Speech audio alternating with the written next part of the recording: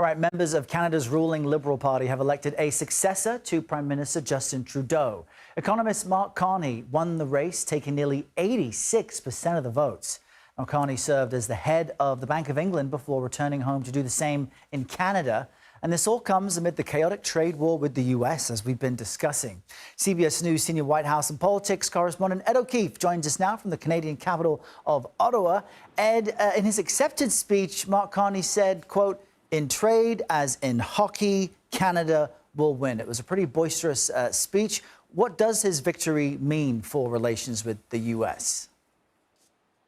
Boisterous and ominous at times as he warns of dark days amid this trade war that has been started by President Trump. It is completely unclear, Errol, exactly how he plans to proceed for a few reasons. One, he's not yet prime minister. We expect him to become head of Canadian government later this week. It takes a few days to get him set up to do so. And at that point, then, we may start to get a better sense of how exactly he plans to engage with the Trump administration. But he and his fellow party members made clear this talk of Canada having to buckle to American economic pressure or even become the 51st American state is a non-starter for them. And they hinted that if it means seeking alliances or economic cooperation in other parts of the world, they will do so. This relationship, has had its tests. Several party members alluded, for example, to the Iraq War earlier this century and the big disagreements between the United States and Canada about that.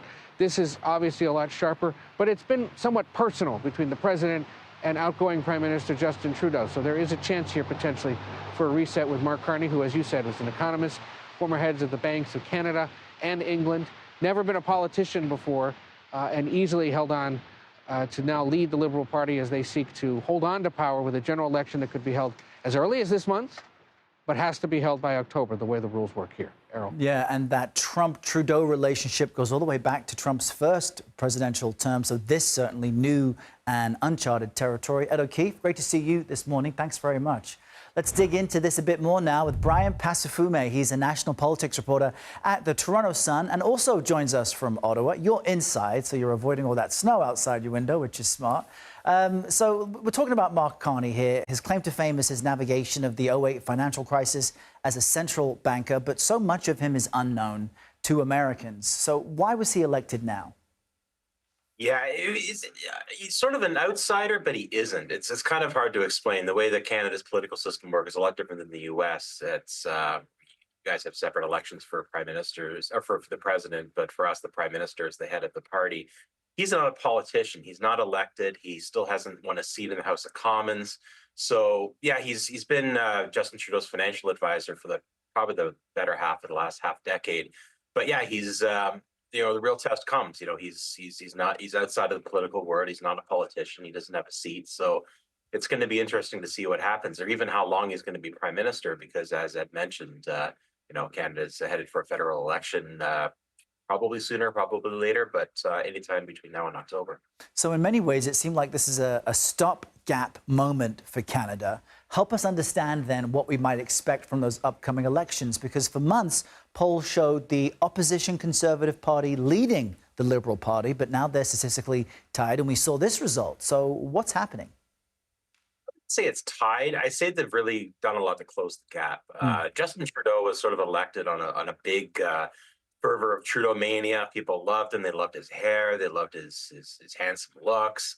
That quickly tarnished. He's been embroiled in a number of pretty significant scandals. He's the only Canadian prime minister ever to be convicted of breaking ethics laws.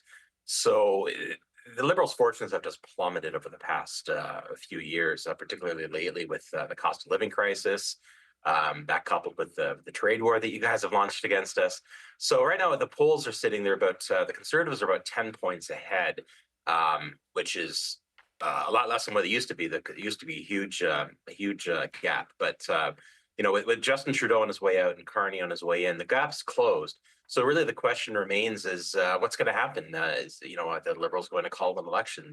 Whoever is the prime minister in Canada has the power to dissolve Parliament anytime they like.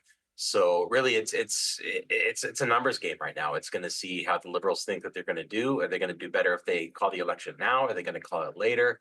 So exciting times going on in Ottawa right now if you find this sorts of things exciting. Yeah, never a dull moment these days, it seems. And so I just heard you say the Liberals could, or the Parliament could call for these elections sooner or later. Any guess or guidance of what you could expect, and if you think the Liberals now have the upper hand in that election?